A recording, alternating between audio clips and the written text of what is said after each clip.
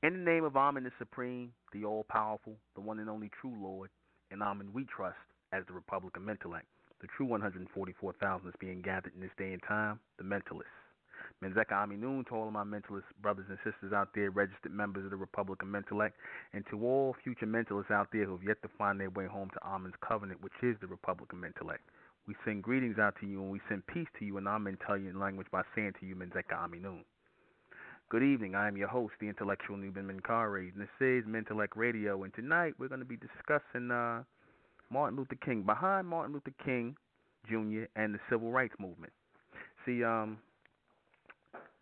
it's important to address this because the vibration, tone, and frequency of the Civil Rights Movement and the philosophies that King was adhering to are still fresh in the minds of a lot of black people.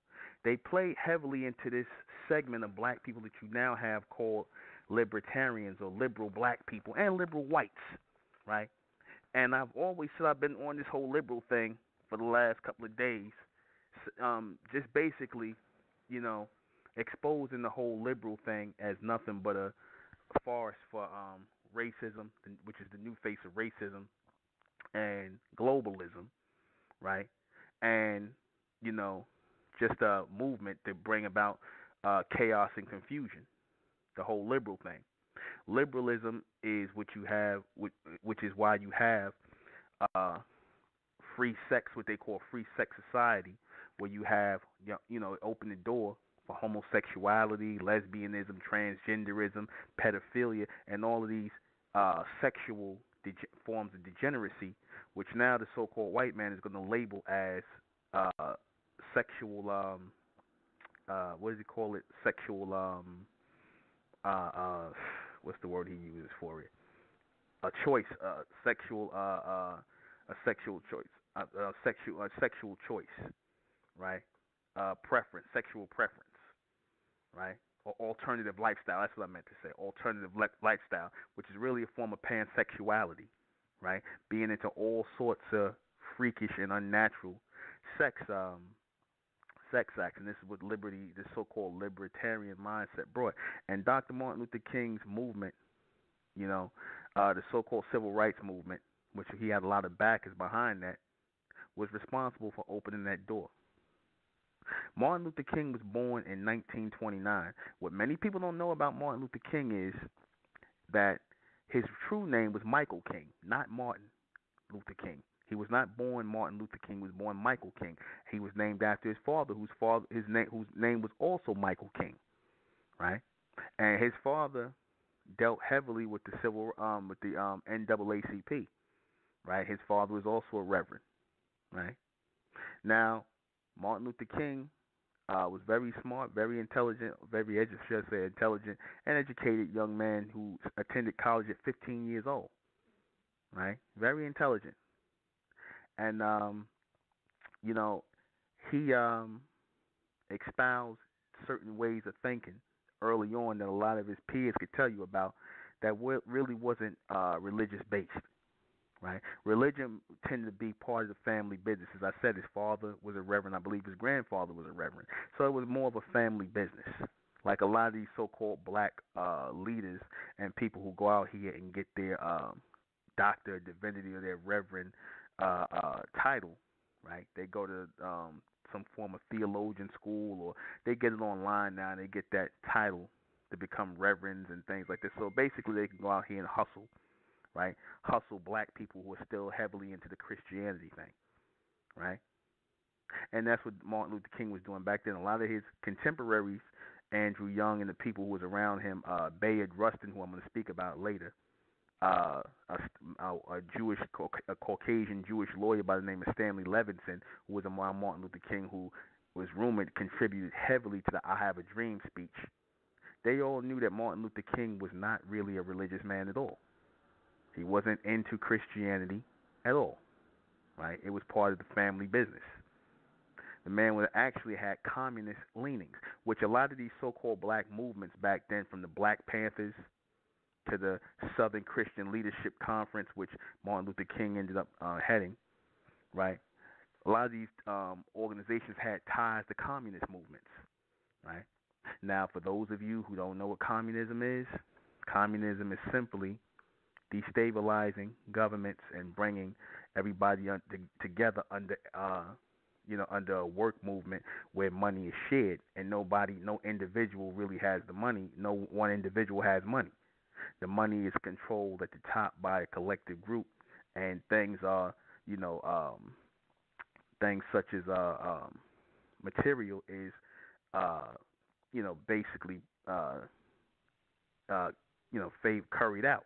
It's basically, parceled out to people, and they don't get to have money, right? They live in like a so-called communist type of community thing, right? So this is what, ultimately the civil rights movement was influenced by, along with the so-called black revolutionary movement, which is why, if you notice, the whole throwing the fist up in the air, the black power fist, like I said, a lot of you Negroes is into the black power thing.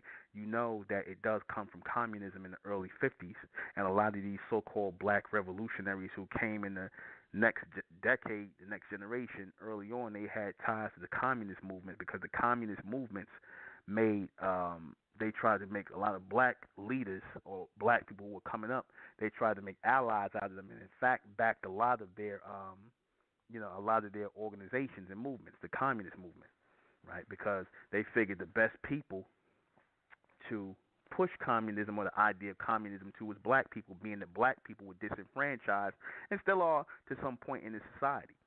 They were disenfranchised. So they figured to push communism, right, a destabilizing of government and a sharing of wealth, from the hierarchy, and basically, getting rid of the money and things like that and just sharing resources, they felt it was a good thing to do, which is really what this country wants to do. But twist to it is they want to give all the money to the elite, which is kind of how it is, and they want to strip everybody of money, right, and give the money to the elites and let them parcel out your material to you, which is kind of what they wanted to do when they were talking about the cashless society, because the cashless society really brings in the communist movement. See, in other words, you don't have cash in your hand anymore, right? You have a card, and you're given a card or a chip or whatever the case may be to get your materials. You don't have cash. You have what they want to give you. You understand? You can only have what they want to give you. That's really nothing but a form of communism. They parcel out your material or things that you need to live, and you don't get no cash. That's communism. Okay? There's no free enterprise. Okay? They'll sit on top and control the money. But I said that why that would not work is because, and the only reason why they hadn't pushed that is obviously they didn't think about the fact that if they do away with cash in the society, then you do away with a lot of the crime here, especially the crimes that black people get locked up for, because the majority of the times black people get locked up for crimes like drug dealing, credit card scams, whatever, robbery, things that, require, or, you need cash in hand to tempt people to go out and commit crimes. So if they no longer have that, then they're not going to go out and commit crimes. And if you tell them there's no more cash, then these people are going to go probably find jobs and things like that or something else, because they're not going to be as astute or swift to run credit card scams. They're not going to. The only ones you'll be locking up is a bunch of nerdy-looking beta males and whatnot who know about all the computer jargon and the encryption codes. Those are the ones you want to lock up, but that's not who they want. They want them out free to be helping them. So they'll lock up. They'll try to. They couldn't lock up black people because they don't know enough. And that's not just black people. That's the majority of people out here, black, white, and everything in between, don't know enough about computers to commit those kind of crimes in a cashless society. That's why you still have cash here. Message to you Israelites who you keep talking about this cashless society that has never come yet and will never come. You understand? Simply because they can't have crime going. But anyway, back to Martin Luther King. I speak about this man because it is his birthday and because they still use him as an icon in the society to hold or give the illusion to so-called black people that we are one with this society, one with this system, one within this uh, American culture, right? They use him as the iconic symbolic status. I got into this with black people. I said, black people like symbols of power. They don't actually like power. They like symbols of it. Martin Luther King represented a symbol of power. His civil rights movement represented a symbol of power, not actual power. It offers you a piece or a so-called place within the society, the so-called white man. See, because prior to that time, black people were pretty much on the outs in the society prior to the civil rights movement. Black people were pretty much on the outs. Black people were segregated in a lot of cities and things like that around the world. They were segregated in this country, in the South and in the North. And to some extent, there still is segregation to some extent. However, and with that, because people talk about how bad the segregation is, but with that segregation came black business and black enterprise. Because when black people, so-called black people, could not go into white stores and could not go into white hotels and could not use white facilities, they ended up having to set up their own facilities, right? And they made money servicing their own people. Even in places like Montgomery, Alabama, and things like that, they even had, black people had bus companies, right, that, ran, private bus companies that were cheaper than the city buses, and these companies, these black bus companies, were making a lot of money. I think that what's the guy's name? Dr. Claude Anderson mentioned that his family had a hand in the black bus companies and whatnot that were making money, taking money out of the city's pocket, because they had black people sitting in the back of the bus. If you were a white man coming to the bus, you got to give your seat up, all this nonsense, right? So they said, the hell with you, we just going to go ahead and walk, or we're going to go ahead and take the other buses. And that's what happened. They started losing money. So the minute they started losing money, the minute they started seeing black people, not so-called black people, not going to, back then having some pride about themselves, not going to just basically keep eating a lot of garbage from these Caucasians and being treated like second-class citizens. The minute they said the hell with that and started getting on their own bus, and hell, you even had some white people getting on the black people's buses, taking money out of the city's pocket. That's when they decided to bring Martin Luther King in, right? See, the whole plan of the civil rights movement was to bring black people into the state of globalism. Globalism is basically bringing black people into the fold of American culture. That was the plan. See, they wanted black people into the fold of American culture so that they could program black people the same way they were programming whites and everybody else. The plan was to program all so-called Americans, even so-called blacks, so you had to bring them into the fold. In other words, you had to break down the barriers of segregation. You had to break down the barriers of, separate schools. You had to basically, because if you want to brainwash people effectively, right, and you got the same program to brainwash people on a global scale, you can't have a group of people who are being segregated from the programming. Because if they're segregated from the programming, if you're not putting out a program to basically, destroy the minds of the black woman, the black man, the white one, basically put them under a so-called program, then these people are gonna, they're gonna move ahead without you. A good example of a segregated people here in the society that you don't even think about, a lot of people don't think about, is the Asians. The Asians, for the most part, are segregated in this society. Why do I say that? You go to any city in this country, and you always see it. You'll find a Chinatown. You'll find a little Asia or Chinatown or wherever they are, right? You don't see, and if you notice, you don't see no Chinese movies coming out of Hollywood, nor do you see the so-called Chinese begging the white man to put out a movie in Hollywood. You don't see the so-called Chinese people begging the white man for business loans. You don't see the so-called Chinese begging for politicians. You don't see them going and lining up to vote. You don't see them doing none of that. Yet the so-called Asians have the highest income per capita, more than so-called Caucasians, blacks, and everybody in this country.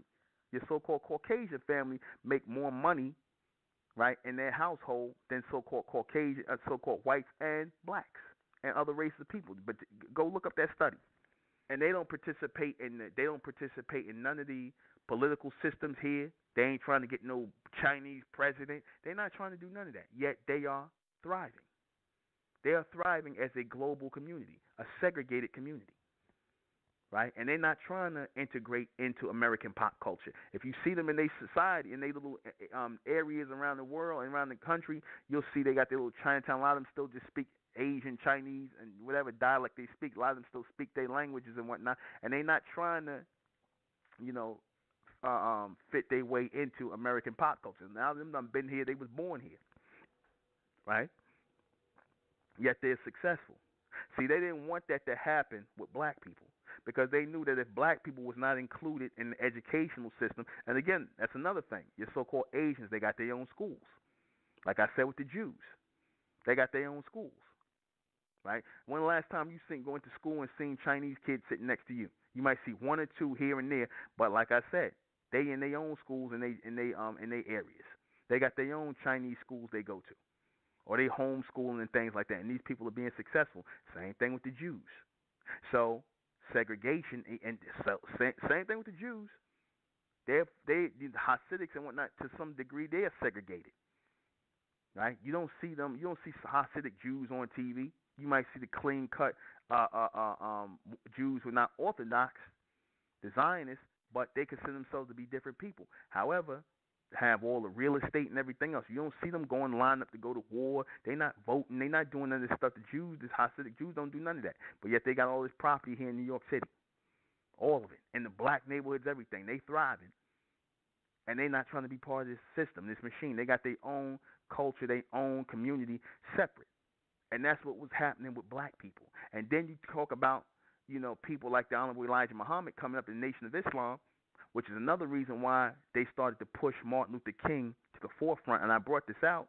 I said you saw the rise of a Martin Luther King because at that point in time, you had organizations like the Garvey movement, then the Nation of Islam, the Moors, all these groups were coming up that were all about doing for self and setting up their own communities and things like this, saying the hell with American pop culture and society. We just want our own piece of our, you know, neighborhoods and things like that. And you started seeing stuff happen for black people. Basically, what you see in when you go to Chinatown, when you go to the so-called Jewish neighborhoods and whatnot, you know, all in New York and all over the country, when you started seeing these people doing for, of, and by themselves, that was going to happen with black people eventually if they would have stayed on the segregated path. That would have happened with black people. But they had to get people like Martin Luther King to stop that because they didn't want black people to do that. They didn't want black people to be independent. They didn't want black people to be like the Jews. They didn't want black people to be like the Asians. So they got Martin Luther King and that with that Southern Christian Leadership Conference that the so-called white man was backing, right? That they backed these people. They backed Martin Luther King, right?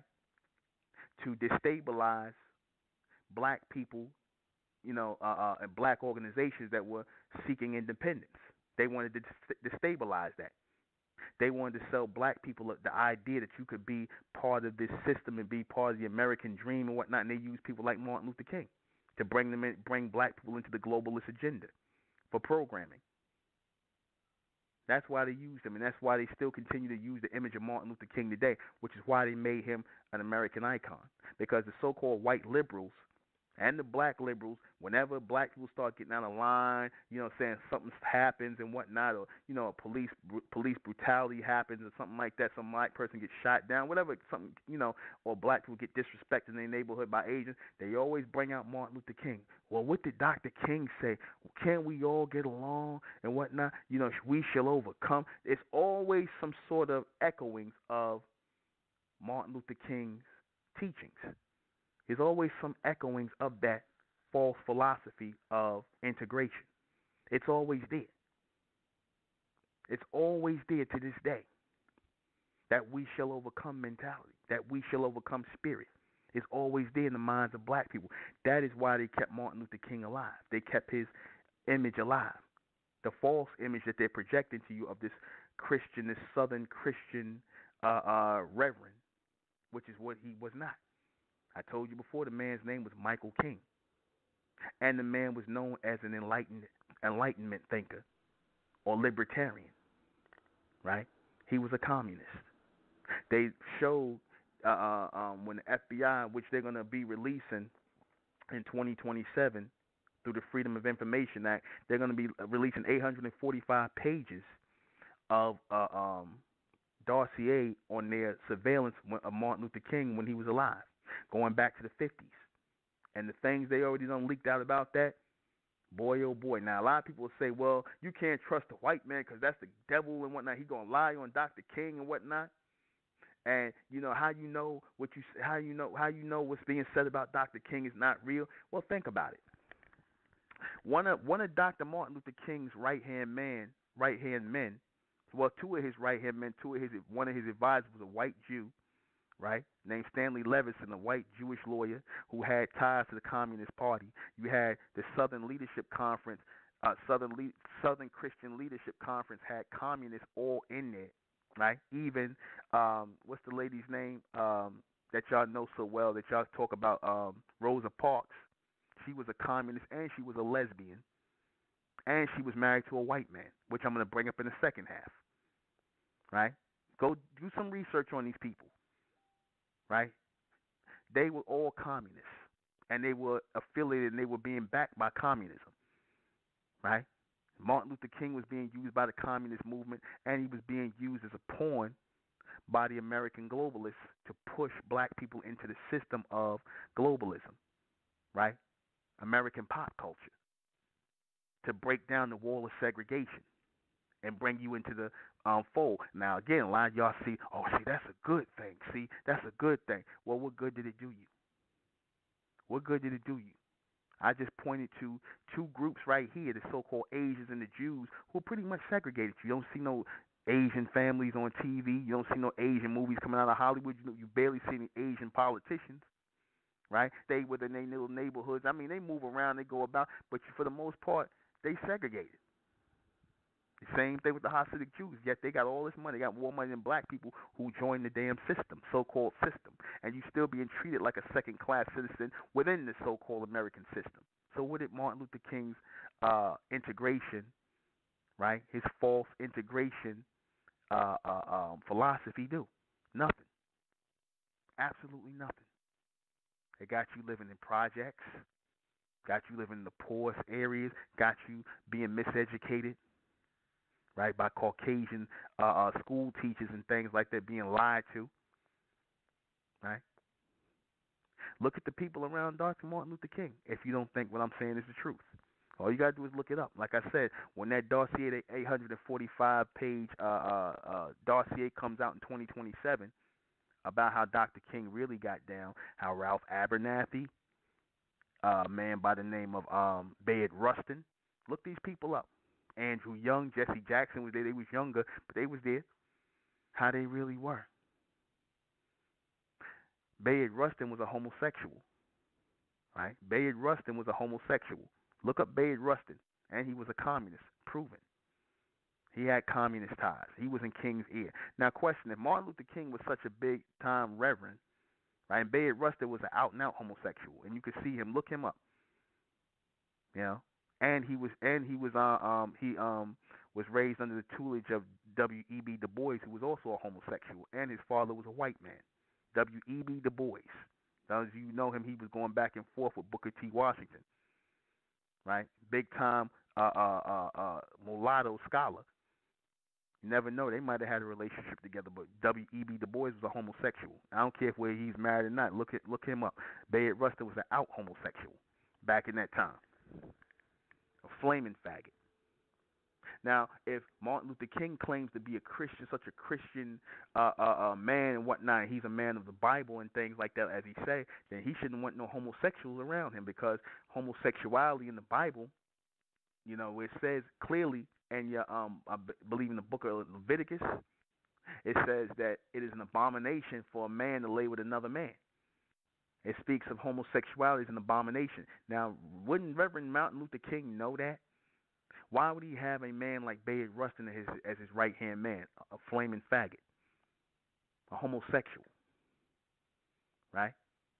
unless you were okay with what he was doing. You had no problem with it. Same way they do in the church today. Same way they do in the Christian church today. All them homosexuals in the damn church.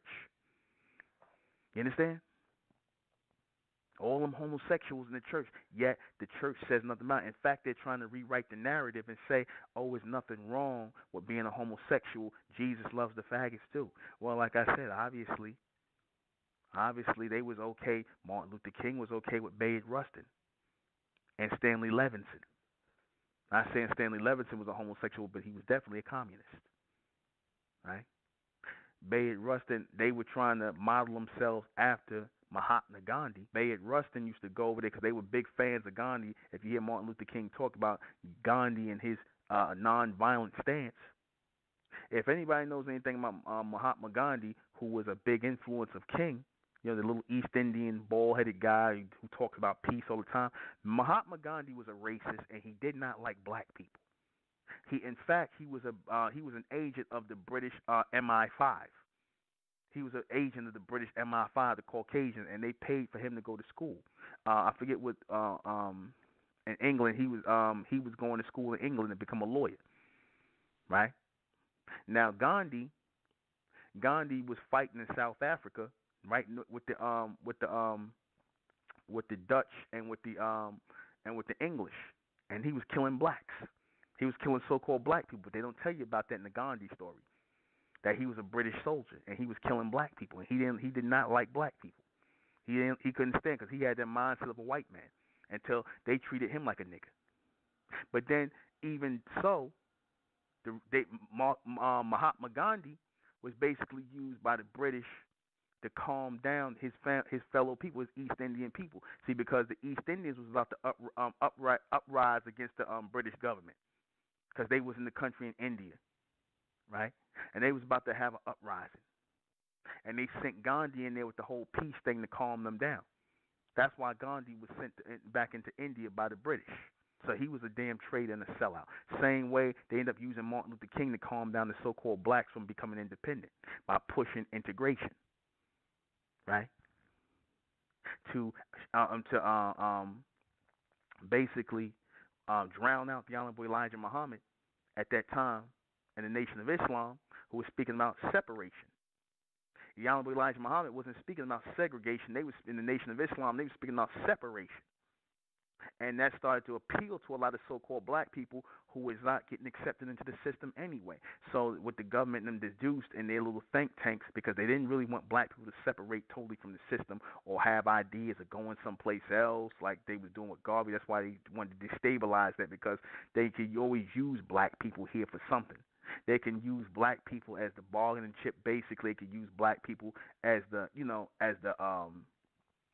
to blame or keep other races of people together, because everybody could always point to how much they hate the blacks. And if you all feel as though you have a common enemy, so-called black people, then you will unify on that. That's why you got the so-called white man, the Asians, the East Indians. They can all agree on one thing: they don't like black people. Wherever you go, the so-called East Indians, the Asians, the Caucasians, they all get along together, and they can all agree that they do not like black people, so-called black people.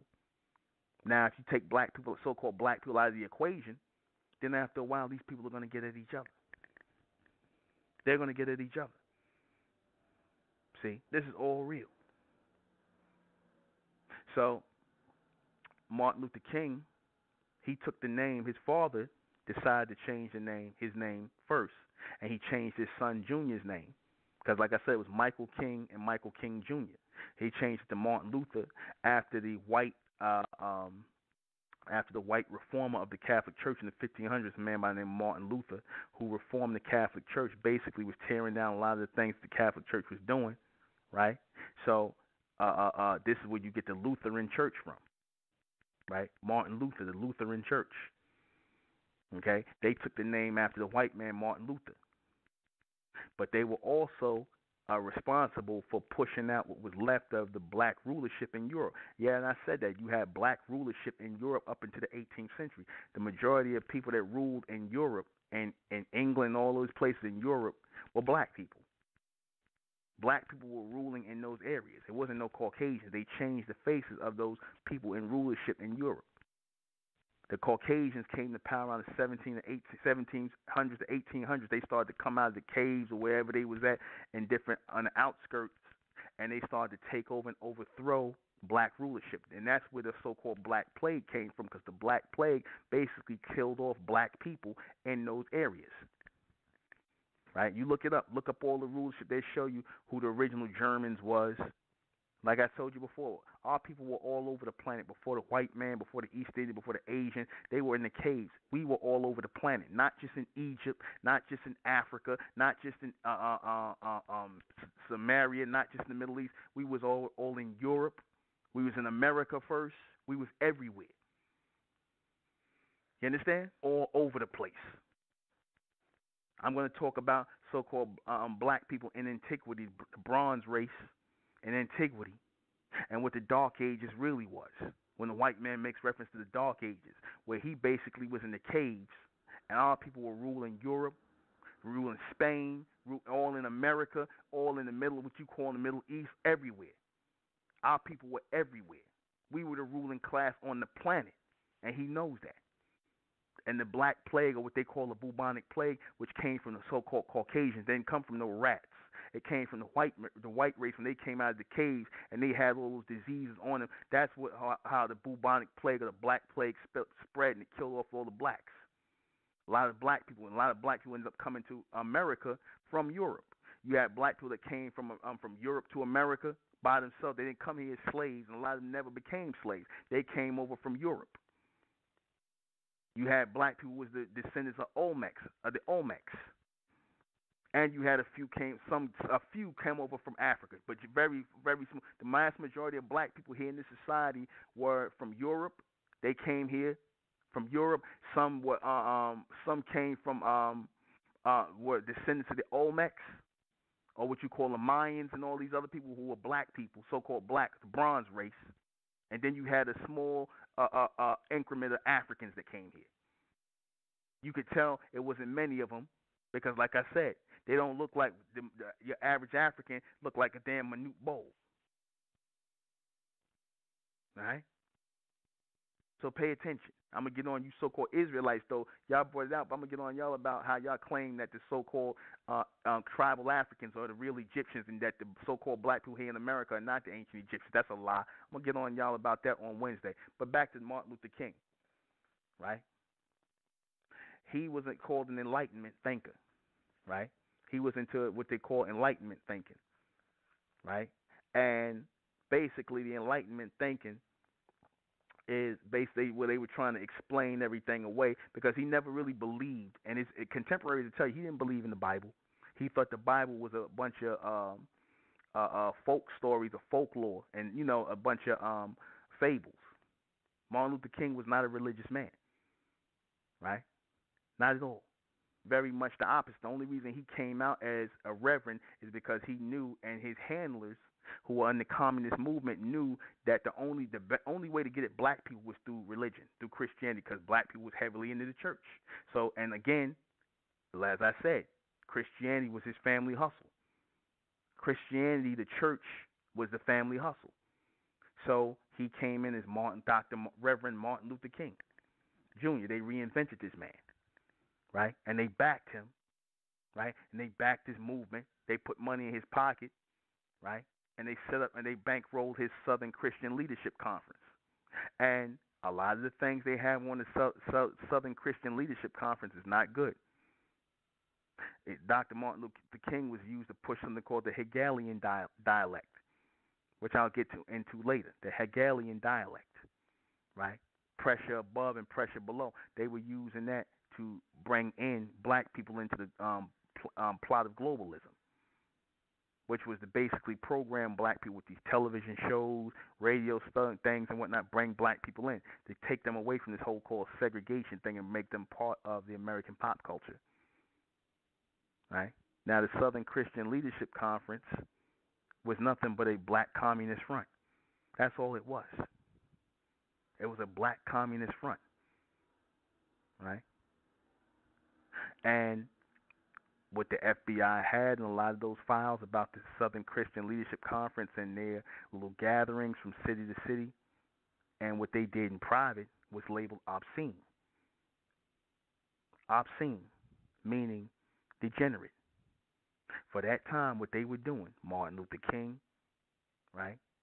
How they had it on file factually that this man was sleeping with every piece of, you know what he can get his hands on. Black women, white women, anything he can get his hands on, right?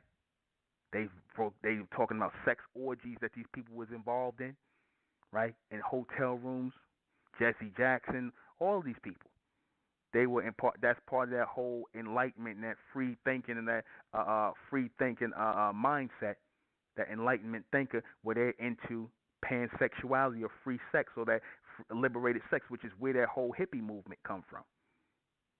Notice that right after Martin Luther King died and whatnot, they brought in that whole hippie movement because he was an open door to that. Because once you destabilize the whole idea of blacks being segregated, you brought them in, then came the so-called hippie movement, which again is nothing but the liberation of the so-called liberated woman, then liberated man, where you basically free to have sex with whatever you want, which is really another way of saying, like that guy Aleister Crowley, that freak, right, with the Satanism.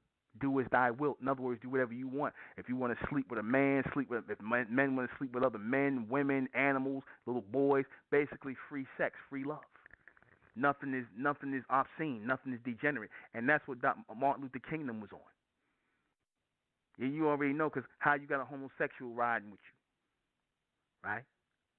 Because if you hanging out with this guy, you already know he don't feel uncomfortable.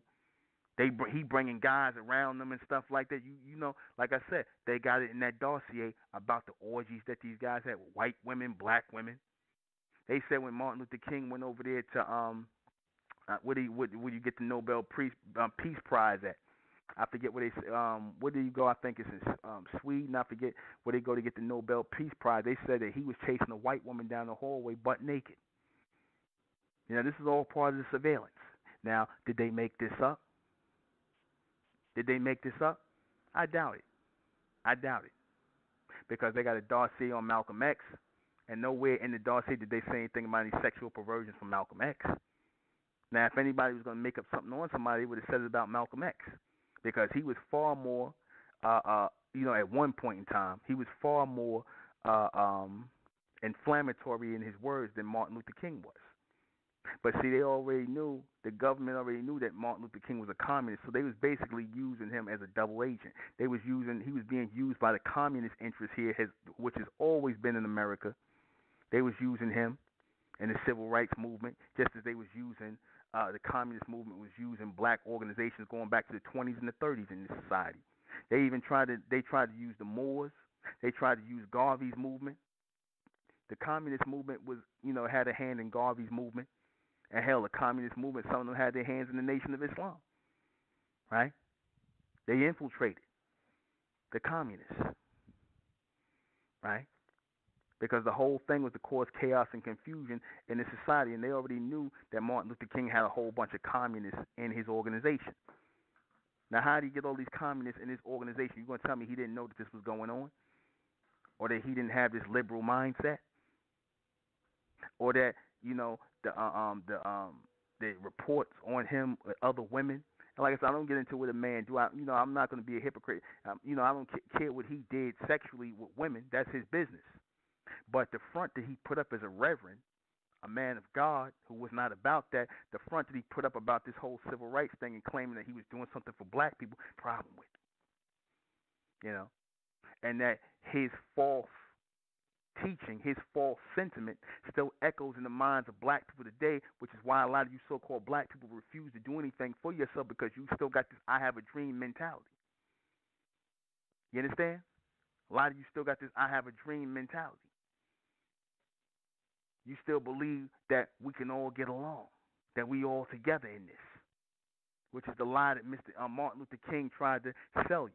That's why he said, I feared that I was integrating my people into a burning house at the end, because he figured they was going to kill him. But they still use him as an icon today, same way they use Tupac, because they created the image of Tupac. The white man created the image of Tupac, just like he created the image of Biggie Smalls. The real Tupac is the guy you see with Digital Underground as a backup dancer. That's the real Tupac. The guy who was dancing and whatnot, a backup dancer. The Biggie, the real Biggie you see is the guy you stand on the street, go Google Biggie Smalls 1995 block party in Brooklyn. That's the real Biggie. You understand? That whole reinvented image they put out is a false image, a false narrative. Same thing with Martin Luther King, this Christian savior of black people to bring black people into the system. That's false. That's false. This Gandhi-inspired mindset, right? That was all false. They was all being used to keep the people in line. And to this day, the so-called liberals will use Martin Luther King's image to keep black people in line.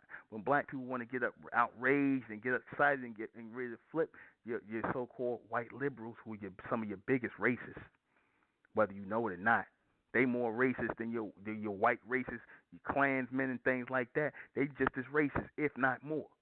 Your white liberals, right? Who will talk to you a certain kind of way, talk down to you in a certain kind of way, but the narrative and the intention is still the same. They think of you as a nigger. You're beneath them. You know, you don't know no better. You're not smart enough. You know, you need to be taken care of. You need to be, you need to be taken care of like a pet. You're not smart enough to think on your own. And when you think on your own, they don't like that. Like that brother that came on here the other night when he talked about his white teacher, right? And how he was talking about the bright race and mental, how his white teacher got mad. Dude, such and such and such, we all the same. They're going to force that lie on you. They're going to force that lie on you, this so-called liberal lie. They're going to force it. We all the same. Ain't nothing wrong. Ain't nothing wrong if a black woman want to be with a white man, or a woman want to be with another woman, or a woman want to be with a little boy. All that's coming. That's part of their whole libertine mindset, the libertarians. Because with libertarianism comes Luciferianism, communism, Christianity, spirituality. It's all the same thing, just different names. Christianity, spirituality, communism, Luciferianism, it's all the same thing. It's all about getting a bunch of people together to do unnatural things, to follow unnatural acts, right? To go against yourself, against your nature, to do away with culture. Because, see, culture separates people, right? Culture separates people, right? When you have your own culture, you separate. See, the white man, they don't want our people to have their own culture and be separate. They don't want you to have that. Because the minute you separate yourself and you say that I'm my own culture, I don't need to be part of the American pop culture, first thing they find out, well, what do they believe in? Well, what do they believe in? And then when you say what you follow and what and you saying I'd rather follow this instead of this idea that we the same, then they're going to call it a cult and label you a cult. They'll label you a cult. They'll say that, oh, you racist, you a racist cult, and y'all need to be watched out for, and you dangerous. But they don't. Funny, they don't do that with the Hasidic Jews. They don't do that with the Hasidic Jews. They got communities all over the place. They don't do that with the Amish, who got their own culture. They not partaking in popular culture. They don't do that with the so-called Native Americans on the reservation. They don't do that with the so-called Asians, like I said, in your Chinatown, or your East Indians, your Arabs, who all pretty much have segregated themselves. I mean, they use the American society. They might watch cable. They go out to a restaurant here and there, but for the most part, they stay amongst themselves. See, segregation or separation, as I say, worked for them, right? Black people, with so-called black people, are the only ones with conned into thinking that segregation is working against us. But like I said, you have more independent black businesses, right? Since you Negroes want to talk about black business and Black Wall Street and all this other stuff, because like I said, you so-called black people, y'all always point to things that are destroyed or fall down. You don't point to what came after Black Wall Street, which was the influx of a lot of businesses all over the country that black people were starting because they were in a state of segregation and separation. You don't talk about the successes. You talk about the failures. You talk about what took place in with the Black Wall Street. You talk about that, and so that Black Wall Street don't happen again. That's why a lot of you are pushing or still want to be pushed to be part of this system, want to be within the be schools. You don't want to start your own schools. You don't want to do nothing for yourself because that whole sentiment of Martin Luther King and that whole integration mindset is still heavily in your head. I even heard it come from my own father.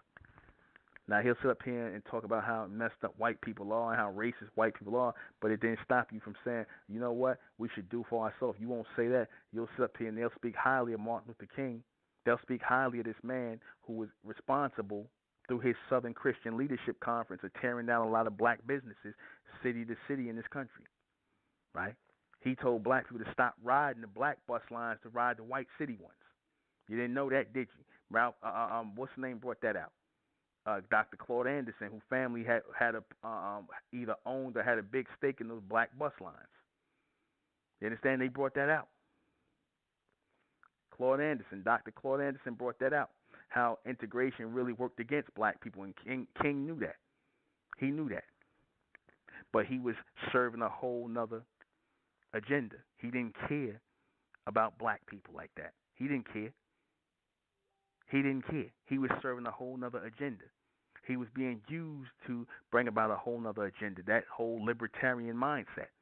Because the beast wanted to open this society wide up with degeneracy. They wanted to open it up wide. And what was the best people to use to open up this society with degeneracy? The so-called black race. The most non-degenerate people at that time, they used that cause of the so-called black race to open up that whole free love, liberty movement, which gave way to organizations like the National Organization of Women, which gave way to organizations like the Black Panther Party. All this stuff gave way to what King was doing with the civil rights thing. Everybody asking for their civil rights, right? All that was done for a reason, to open the door so that they can further take control of these organizations and these movements and these people in these organizations and movements. Right? That's what it was done for, to destabilize order, to bring about chaos and confusion.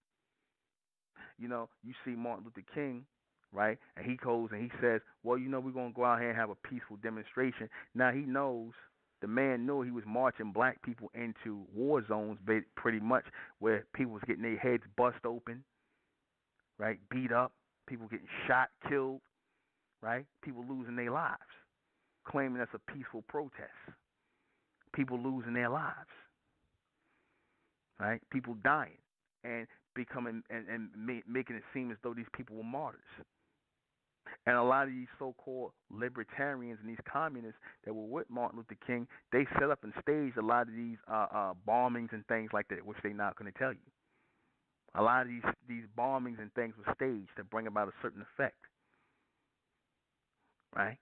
To spark, to put fire into the movement. There was a couple that was working with Martin Luther King. They bought this black family a house, I believe, in Tennessee or Kentucky, and then they turned around and blew the house up themselves to make it seem like the white neighbors blew up the damn house.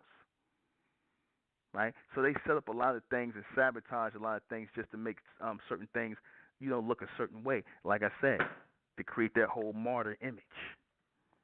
Right? You have to have controversy. You have to have some form of controversy going on. See, they needed controversy. They needed fire. They needed people being killed and whatnot and being made martyrs of. Same way they did in India with Gandhi's people. A lot of these people got killed behind that nonviolent thing. See, because whenever you start asking for nonviolence, the very thing you can expect is violence, because that just lets the wolves know that the sheep are available to get, you know, torn apart. What's the best thing a bully gonna do? If you tell, see, and that again, that was a setup. If you saying we're gonna have a peaceful protest, and you going into a war zone, you know the bullies, they're gonna have a field day. They like, we could beat the shit out of these people. They're not gonna fight back. We could bust their heads. We could shoot them. We could stab them. They ain't gonna fight us back. They love that. They don't want to fight. They want to beat you up. They want to beat you down. They don't want you to fight back. They don't want you to resist. And you had certain black people that fought back, and you had black people getting jumped on and fighting back. Martin Luther King was telling, don't fight, don't hit them, let them do what they want to you. What kind of madness is that? What kind of madness is that? Turn the other cheek, just don't fight back. Stand your ground. They busting your head open. They spitting in your food. You going up in things, getting attacked and jumped on, getting murdered and whatnot. You understand? Was Martin Luther King feeding these people as a sacrifice to these animals? Because that's basically what you was doing. You was feeding your people as a sacrifice, as lambs to the slaughter on a damn plate to these animals. To have them beat to death, have women beat to death, killed, all kind of people getting lynched and stuff like that, all because of this communist idea that you were using, right, to bring black people into the globalist system. Because, like I said, make no mistake about it, Martin Luther King was a communist. He was not a religious man at all. Do your research on him. Do your research on all the image, the false image of Martin Luther King, and what the beast really used him for. Because they already knew, they already had dirt on Martin Luther King. They knew this years ago, because that's how the white man is. He's going to make sure he's going to get some dirt on you. He's going to make sure he's going to get some dirt on you. And they didn't have to make nothing up on Martin Luther King. You understand? They didn't have to make nothing up on him. Because if anything, they never really too much said anything about him being a homosexual or pedophile, but they didn't have to make nothing up on him. It was just enough to talk about the orgies and the things like that, yet this man's supposed to be a reverend. But that's not really a big revelation when you see people now today like what's the guy, TD, what's not TD Jakes, what's the guy, the big muscle-bound guy, Eddie Long, big-time Eddie Long, Mr. Preacher, man, he a damn homosexual, having sex with young boys, flaming homosexual, died of AIDS allegedly, but if you look at him, you could pretty much tell the narrative of what he died from out there in Atlanta. So that image has to be destroyed, especially for us moving forward. We have to know who and what these so-called icons really represent. Same way I did something on Malcolm X, I had to do something on King.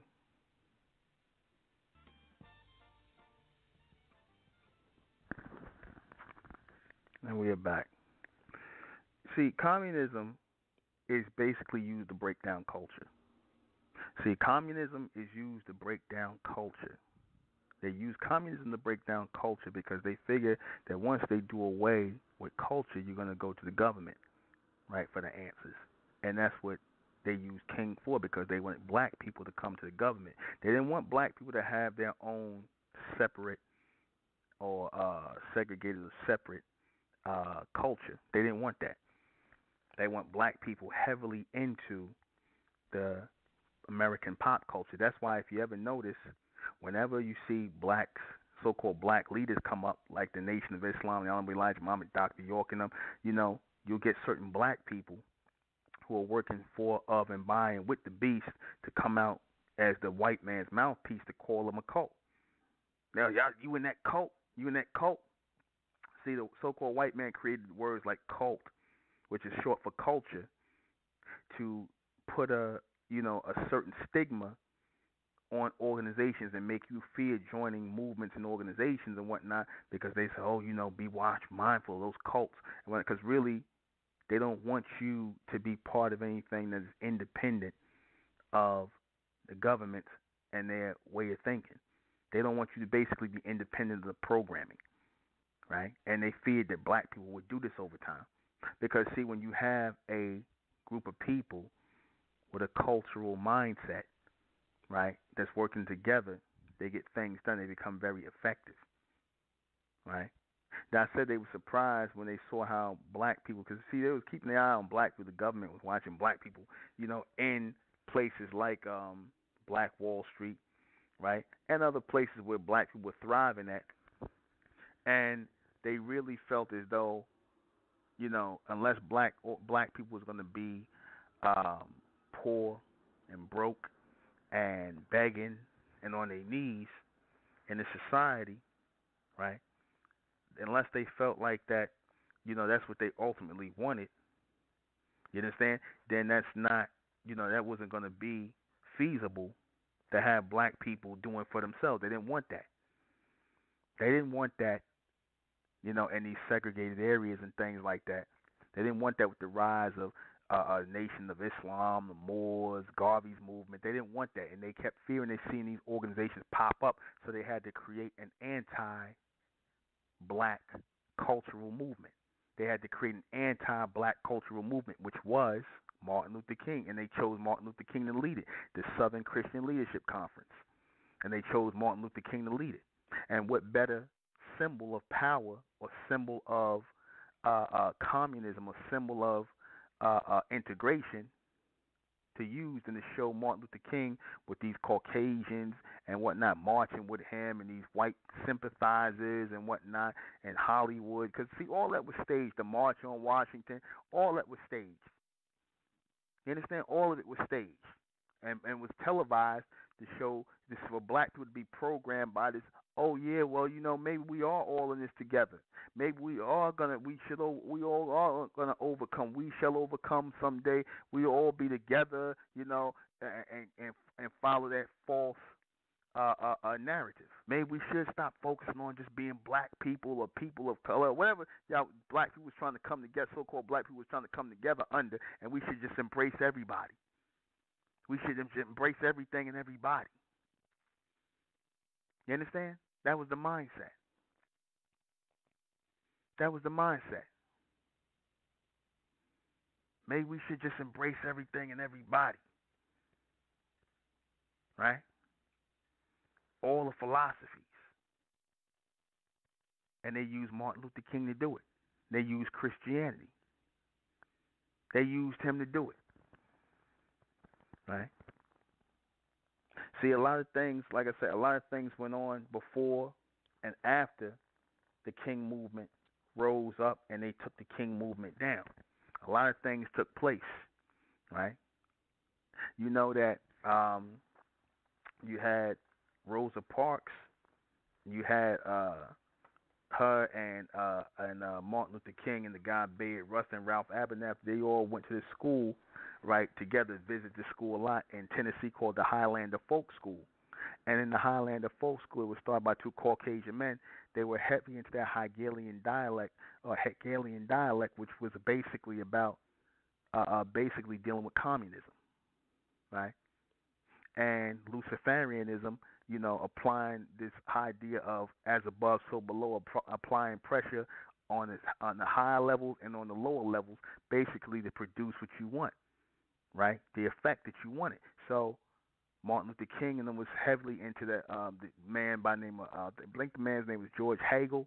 He was the one who was responsible for the Hegelian dialect. I think the man's name was George Hegel. Look him up, Hegel, the Hegelian dialect. I'll look it up again. I think it was George Hegel. And he was heavy into that Luciferian stuff, right? And communism and, one worldism, everybody together. You understand? Basically what the white man pushing right now. It's the same thing. They use King to open it up. Basically what they pushing right now. Everything I've been telling you about they was pushing for back then. That's why they showing you the mixing the races together. The black woman with the white man. Now, as I said before, Rosa Parks, she was a plant. They chose to use her. She was already part of the Southern Christian Leadership Conference.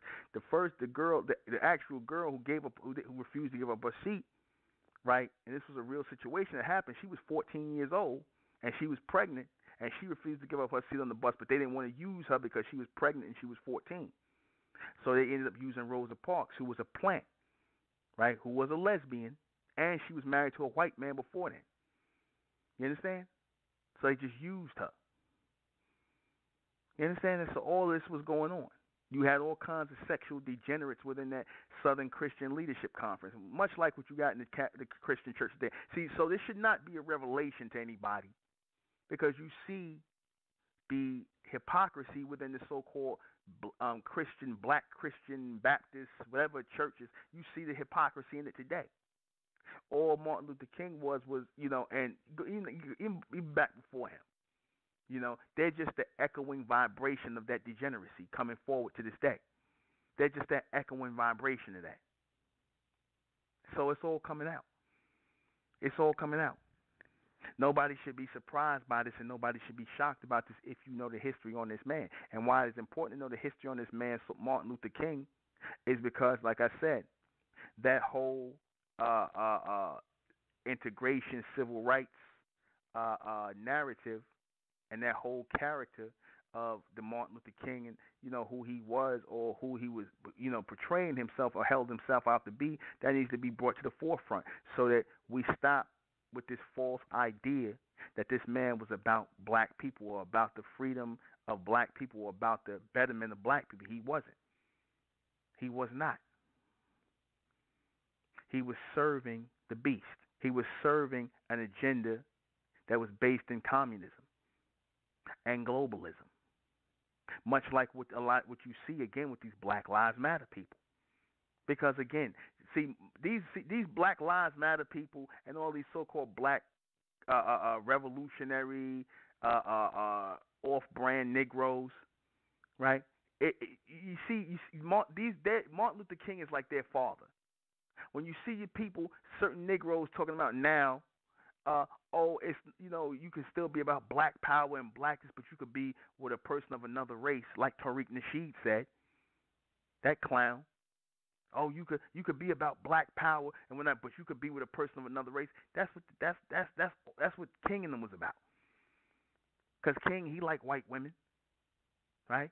And in fact, before he got with Coretta Scott King, he had a white woman in Boston that he was like, that went to Boston University that he was like, and he wanted to marry her, but they told him he couldn't marry her yet because the time wasn't right for that. So he set up for Coretta Scott, who was very light complected. Yeah, oh yeah, he was one of those Negroes, like the white women, but take the mulatto or the real light skinned black woman in exchange, right? They said that man had babies all over the place, white women and black women, all over the place. Because you had white women who was part of that Southern Christian leadership thing, those so-called liberal white women, and you know what they were very liberal with? They were liberal with their body parts, and they couldn't wait to be up around black men. Because a lot of times they use the excuse of being with the so-called, movement of and black people and being against, because they was using that whole thing that the feminists got involved in that movement too, in the so-called civil rights movement, because they was waiting for their turn to come up. You had a lot of feminists in the civil rights movement. You had a lot of feminists, undercover feminists, who were acting like they were part of the civil rights movement, right? You had a lot of feminists in the so-called Black Panther Party and the Black Liberation Movement, black undercover feminists that were waiting for their turn. They were just using those organizations and those movements as a door to push open to something else to promote their agenda. Like I said, so it's a whole lot of false flags and false agendas that was going on in there, right? People had their own interests going. They were serving different things. You understand? They had their own thing going on. You understand?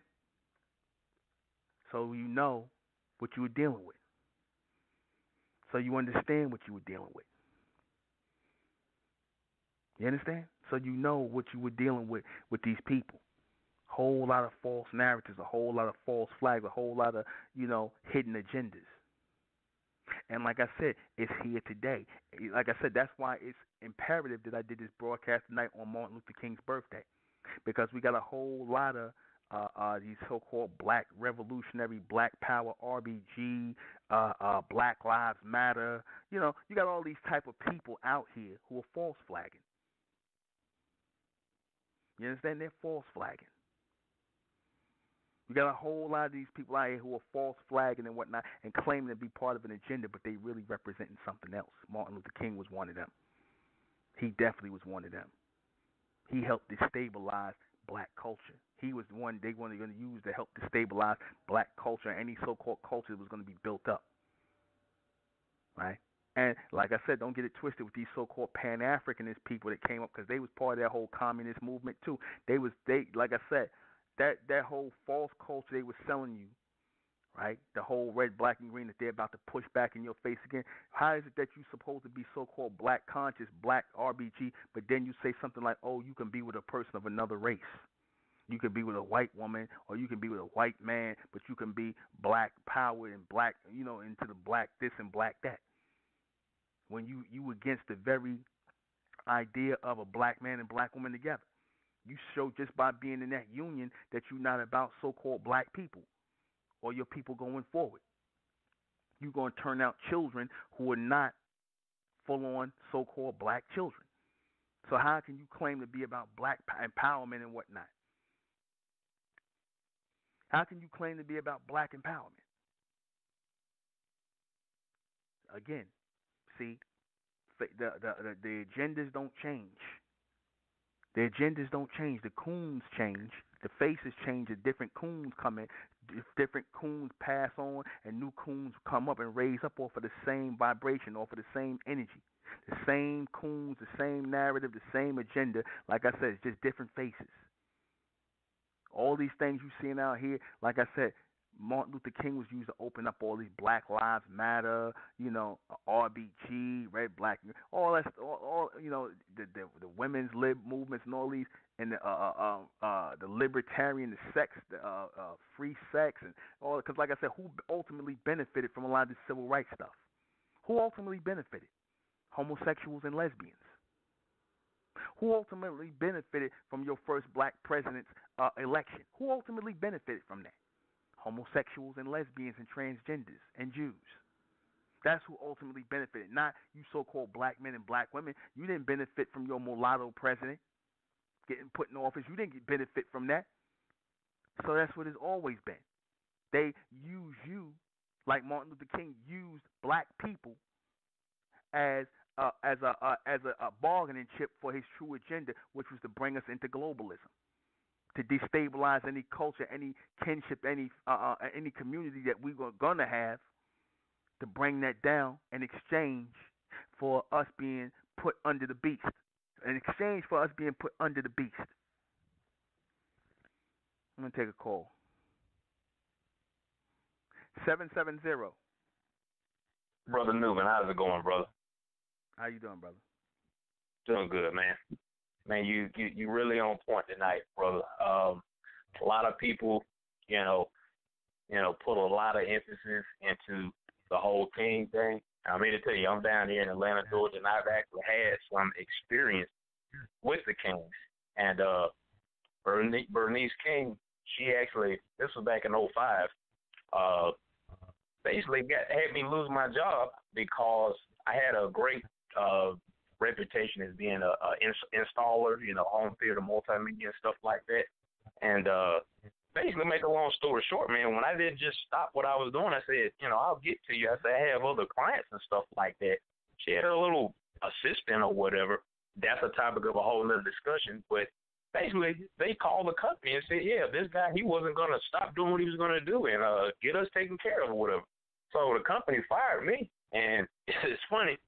She was a member of New Birth. That's when Eddie Longcat brought her on over there. And I was doing an install for another gentleman. He was actually like a member too, and I was supposed to get to him like the next month. And I got to him early. And he was like, man, I appreciate you getting to me early, but if you don't mind me asking, he was like, I thought you had a lot of jobs. He was like, man, you real sought after. I said, yeah. I said, well, somebody kind of got me booted off. And he was like, what do you mean? And I got to tell him about it and everything. He said, man, I'm gonna tell you like this, man. This guy at the time, this was '05. He probably was in his late 60s. He said, man, I'm a lot older than you are, man. He said, I've had a lot of dealings with the Kings, man. He said they're very nasty people. He said they're very ugly people. He said they really are. He said a lot of people don't understand it. And I said, man, it's cool, man. Don't worry about it. He said, nah. He said it's the principle. He said, I'm gonna get your job back. He said because what she did was wrong. And that's why even I think in '04 and '05, Coretta, she kind of opened the gateway for lesbians and gays and homosexuals coming into the church. Look what happened over there in New Birth. Okay, you see what I'm saying? And there's so much infighting just with their family. I mean, they will literally sell the shoes off of their father or mother's shoes, man. I mean they are very materialistic. They are very materialistic, So I just wanted to just kind of share that story with you, because I'm down here in Atlanta, Georgia, and I've actually had some dealings with them, and everybody puts them on a pedestal or whatever, but they're very ego driven, man. They really are. A lot of people can't see past the cloud of smoke that's actually out here or whatever, but they are. That's why the minute their mother died, they were selling absolutely everything. They were selling absolutely everything. like I said, the apple don't fall far from the tree because, like I said, these people, like I said, a few of his kids like this, like one of his sons, a couple of them like they got some sugar in their tank. A few, the one junior, There you but go. he got some sugar in his tank, and one of his daughters look like a damn lesbian. Well, I'm You gonna tell know, you right now that, but Bernice's little girlfriend is the one that got me fired, and that's what Leroy. That's what this guy said. He said, was it her little assistant? I said, yeah, I think it was. He said, man, he said, you know what? He said, I had a feeling about that, and then I'm not gonna get real into it, but yeah, but basically he was like, man, he said they are very big on degeneracy. he said people have no idea, and I was like, word, I was like, it's like that. He was like, man, he said you have no idea. He said at the time, keep in mind this guy right now, he's probably 80 years old. He said, man, he said I got dirt and stuff on them stuff they did, man, 40, 50 years ago. He said, man, you have no idea. I'm not surprised. I'm not No. surprised. They still holding up the father's image and whatnot.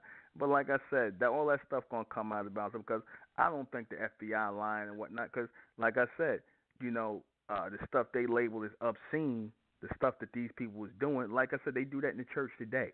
They do all this stuff that I'm talking about what King did with the sex orgies with Jesse Jackson, Bayard Rustin, Ralph Abernathy, and Andrew Young. All these guys doing all that stuff and going to them hotels and whatnot, going on them little SCLC retreats and whatnot. You already know that number some communism, libertarian screw fest.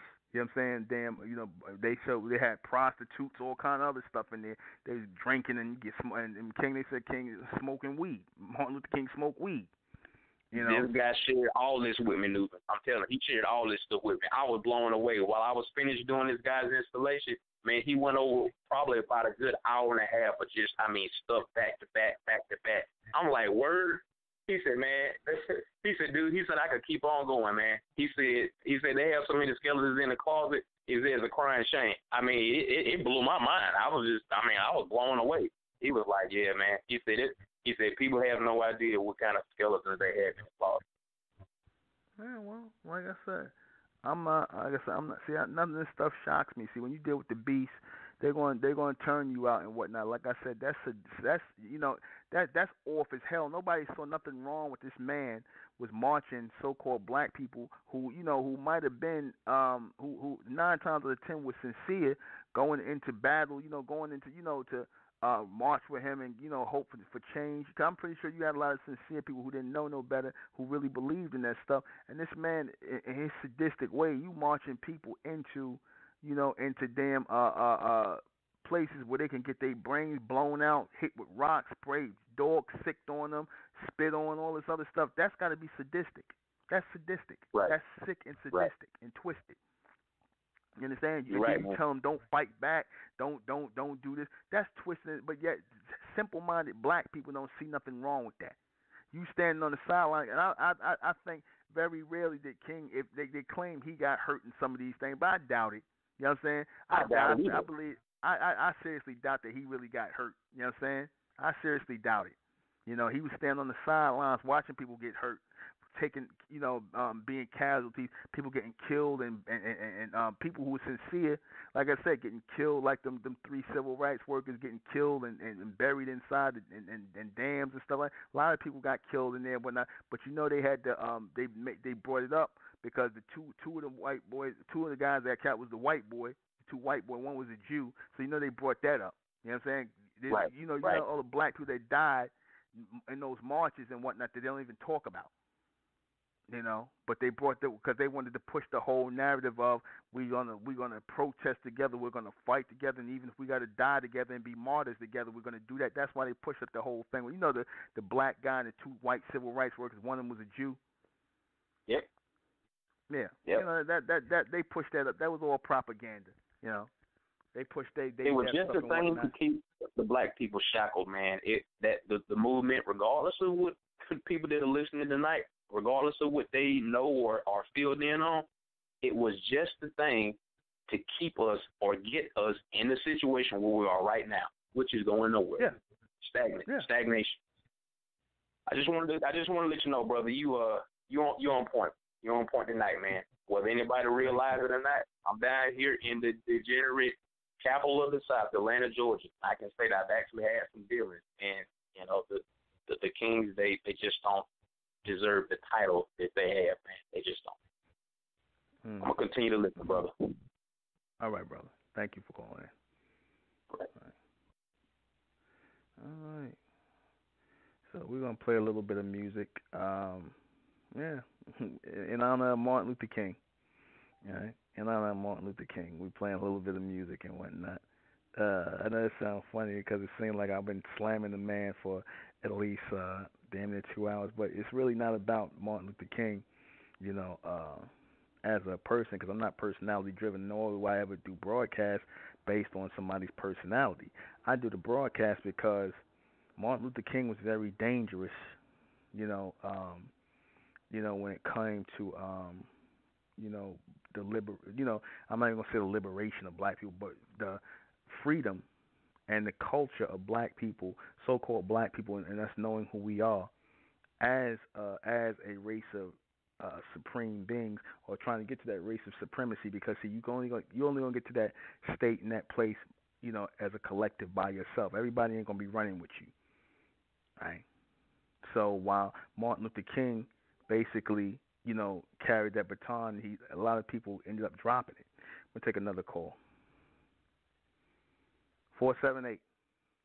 Yes, sir, Mr. Newman. I just you kind of spoke on a little something. Was there any polarity in the NCL movement with Dr. King? What is the polarity? Did he do anything that you could use in a way that he might not know he was using that could have helped the so-called black population? No, he didn't do anything to help black people. That wasn't the objective. The objective was just to bring black people into globalism, because like I said before, just like with your so-called black female and your black liberals and your black liberal male, they are the black female is a feminist first, globalist second, and a racialist third. In other words, she thinks about her she thinks about her gender first as a female, and she's trying to unite with other females and whatnot on that. She's not trying to be a black woman. She's just trying to be a female. When that don't work, she goes the globalist route, which we all in this together, like what Martin Luther King was about. Then, if that don't work, then she plays the race card. I'm a black woman. I'm your black sister. But that's always third. With Martin Luther King, he was with the globalist movement and the communist movement, which was to just bring blacks in and whatnot. And I guess he felt that by doing that, bringing blacks under that system, out of segregation and making them part of the system, bringing them into the globalist movement, he would get a pat on the back, and he would be seen as the HNIC and whatnot, head of the movement and whatnot, and have a position. In other words, I'll if I take the independent black company over here and convince the blacks in that company to sell their stock to the bigger white corporation and whatnot, and we come under y'all, can I be the head nigga in charge that's going to run the black division? That's what Martin Luther King was. You understand? Okay, that's yeah, because that's like, you see, it's always polarity, polar opposites and things. I just want to know, could it be anything that we missed that like, to me, it's like, it's like we was in a position at one time, and then it seemed like we was taken out of that position, and the Caucasian was put in that position, and then you kind of think about like Revelation. So when the fall comes, the Caucasian's the one who's gonna fall at the end. And a lot of black people is gonna fall with him. Because, like I said, you can't. The white man is gonna make sure he cushions his fall. He know he gonna fall down, but he trying to make sure he got enough black people to fall on, so the fall won't hurt as bad. But they gonna fall down with him. Because see, all these black people that basically aided in and keeping the beast propped up with white supremacy. Because don't get it twisted. All these so-called black revolutionary, black power, Black Lives Matter, black libertarian people, they are big supporters of white supremacy. They are big supporters of white supremacy. You understand that? They are big supporters of white supremacy. Don't get it twisted. They are indirectly or directly big supporters of white supremacy. You understand? Your Tariq Nasheeds, your Boyce Watkins, they are big supporters of white supremacy. You understand? Big supporters. If you're going to, like the guy brought out, and I'm only using this because, just to prove my point, if you're going to use an all-white crew to make hidden colors, which you selling to black people, yet you ask black people for donations, and you're going to turn around and pay white people when you could have got black people to take that money and whatnot and feed their families, then you about supporting white supremacy. That's what Tariq Nasheed did. Okay. Okay. Yeah, that's and not to say, I don't agree with Umar Johnson with the whole Pan-African thing, because again, to me, that's supporting white supremacy too. Because again, here it is. If you believe that we come from one part of the damn planet, and that's all, when at one point in time the whole planet was ours, you don't want to claim the whole planet. You only claim one section of the damn planet, where it is, and talk this tribal nonsense. Again, that's the concept of a Caucasian. I'm sorry, it is. So, these are just my thoughts on it. Like I said, and it goes to King, Martin Luther King, that, he was just basically an operative being used because he saw himself getting a bigger slice of the pie, the globalist pie, once he figured he could deliver black people into the globalist agenda. He wanted something for himself. He wanted to go, and ultimately he ended up going down in history, by way of being a martyr. He ended up going down in history as, an impotent Negro in the house and whatnot, and he got this iconic status, which white man only keeps up because he's just using it to manipulate, manipulate other black people with that false image and icon, Okay. All right, then. All right, thank you for your time. I just wanted to kind of speak on that. All right. All right, thank you, sir. You're welcome. All right. We got a few minutes. I want to play a little bit of music, just a little bit. We'll be right. It's imperative in this day and time, like I said, because you see a lot of your so-called liberal black females and black males who are still running with this king narrative, which is a false narrative. You just saw Selma, which was produced by what's the lady's name? Big time libertarian, and part of that witches thing out there in Hollywood. What's the lady's name? Ava DuVernay. Her, Shonda Rhimes, Oprah Winfrey, they all part of that king analogy. You know what I mean? They all part of that Christian church king analogy type of thing, where you could be a homosexual, a lesbian behind closed doors, but out in front you're presenting yourself as a Christian person who believes in God and all this other nonsense that they really don't. They don't. But these are the people. She pushed that movie Selma, thus pushing that narrative back into the minds of black people with this March on Washington and this character, Martin Luther King, that was created by the white man and hatched up by his father in the civil rights movement and the communist movement. You understand? They want to keep that false narrative going because the beast ever so often demands that these Negroes push these false narratives out. Like when you had Brad Pitt's company, so-called liberal Brad Pitt, because all these so-called, the worst ones of these devils nowadays, black devils and white devils, are really the liberals, right?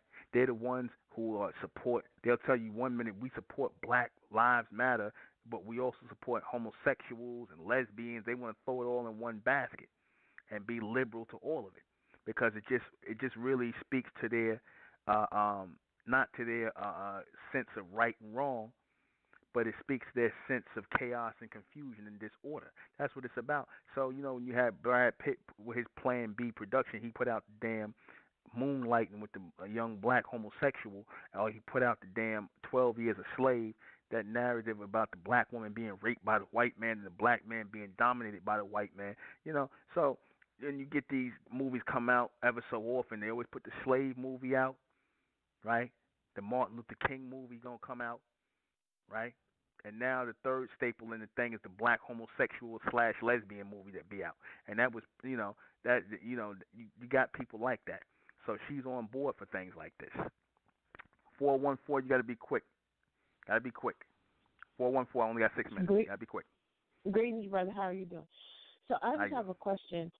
I have a question about, they did a study on, putting a group of children in a room before the ages of 5 and they all like play together. They from different I should add, from different backgrounds, races, different skin complexities or whatever and whatnot. And they just accept each other in a way that they like all the same, but we know that they're not. So what is that about? Is that them attempting to program the children that they are the same, or is that something that's like natural in children and how that in the way that children come here? Well, again, that's in children, but that's children. Yeah, that's children. You do a lot of things when you're a child because you don't know no better. You think a lot of ways when you're a child because you don't know any better until you grow up. See, they all under the guise that they're just children and, we're just having fun and don't nothing matter. But then over time they grow up and they see things. They see differences. They see certain things and whatnot, and they'll gravitate toward certain people and they will gravitate away from certain people. You see what I'm saying? Yes. That's all a part of maturing. Because nobody's going to stay a child forever. People are going to grow up. Your views are going to change. Your ways of thinking are going to change. Right. You don't. The things you would have did as a child, you're not going to do as a woman, right? Right. Correct. Right. And you don't necessarily need people to help shape you. When that certain things will just come to you. Certain epiphanies about things will come to you over time. Right. Okay. All right. Thank you. I appreciate it. You're welcome. All right, let me go ahead and read these questions before we get out of here. What was behind Martin Luther King Jr. and the Civil Rights Movement? Communism, globalism, and pulling black people into an integrated society to be programmed and basically continue to be the bottom feeders of society. And this is what happened today. That's how you know that's what it is, because this is exactly what happened today. This is what civil rights brought black people into a state of powerlessness continuously, right? And chaos and confusion in your neighborhoods, which are not really even your neighborhoods. You traded out your culture. Well, we was trying to find out what your culture was. They knew over time you would eventually find out if they left you alone, so they couldn't afford to leave you alone. Why was he made an American icon? Because he's a pawn of the globalists and the libertarians and the ones who want to push this nonsense that we all are saying. Like when that young brother was on the line, his white professor, his white Jewish professor was, oh, we're all the same. What's this? They got all irritated and aggravated with him because see, they want to put everybody into a one pot, right? But meanwhile, he don't think he's the same as you. He thinks he's smarter than you. The teacher, the one who teaches the nonsense, always thinks he's above the student. So already he just made a difference. His guy's teacher made a difference when he said, I'm teaching it, you all the same. So by him thinking he's the teacher, you already think that y'all on a level and he's on a higher level than you. So much for everybody being equal. How is he still used today in American pop culture against so-called black people? Like I said, Black Lives Matter uses Martin Luther King. Homosexual, lesbian agendas use him. Feminist movements use Martin Luther King. Everybody uses that blueprint of civil rights and integration to push their own agenda, right? Feminists use him. All these groups use Martin Luther King when they want something. They use him as a battering ram for civil rights, right? That's why. Why was he killed? Because they didn't need him anymore. He outlived his usefulness. Martin Luther King was worth more dead than alive to the so-called white man. So they got rid of Martin Luther King because he started going, talking about organizing the garbage strike and doing all kinds of things. So somebody like him basically outweighed his usefulness, and they would rather him be a part of that pantheon, that three-person pantheon: John F. Kennedy, Malcolm X, and Martin Luther King. JFK, MLK, and Malcolm X. That the three legends. So they got rid of him. Right? He wasn't supposed to see 1969 and 70 and thereon. They got rid of him. They cut him out of time. Right? Was he working for the government? Yeah, he was. He was working for the government, and he was working for the communist movement, which throughout the society. He was being used as a double agent, but it was too late for him to figure that out. And they set Martin Luther King up. You look in the balcony, and I'm going to show you something. Look on the balcony scene where Martin Luther King got shot. He got shot, right, at the Lorraine Hotel right? And the men who was in the picture with no ties on, they knew about it. The men with the ties on, they did not know about it. And who took the pictures? Who took the pictures that fast of Martin Luther King laying on the ground? That's how you know it was staged. Whenever you see pictures that clear, somebody came and just taking pictures that fast, that the man just get shot, right? You know it's a setup. And the guy James Earl Ray, who they claim killed Martin Luther King, he was a patsy that they set up. They just brought him back from England, and they didn't give him no trial. They just gave him 99 years. This violated the man, and even his own family said they didn't believe he killed their father. But that's it. Join us on Wednesday night for the next Mentellect. Black race to the white race. If it's hell, and then it's hell us. They tried everything just to spell us. Fed us religion, gave us fake gods. Through all of that, we beat the odds. Now we coming together under one flag. Colors red, gold, and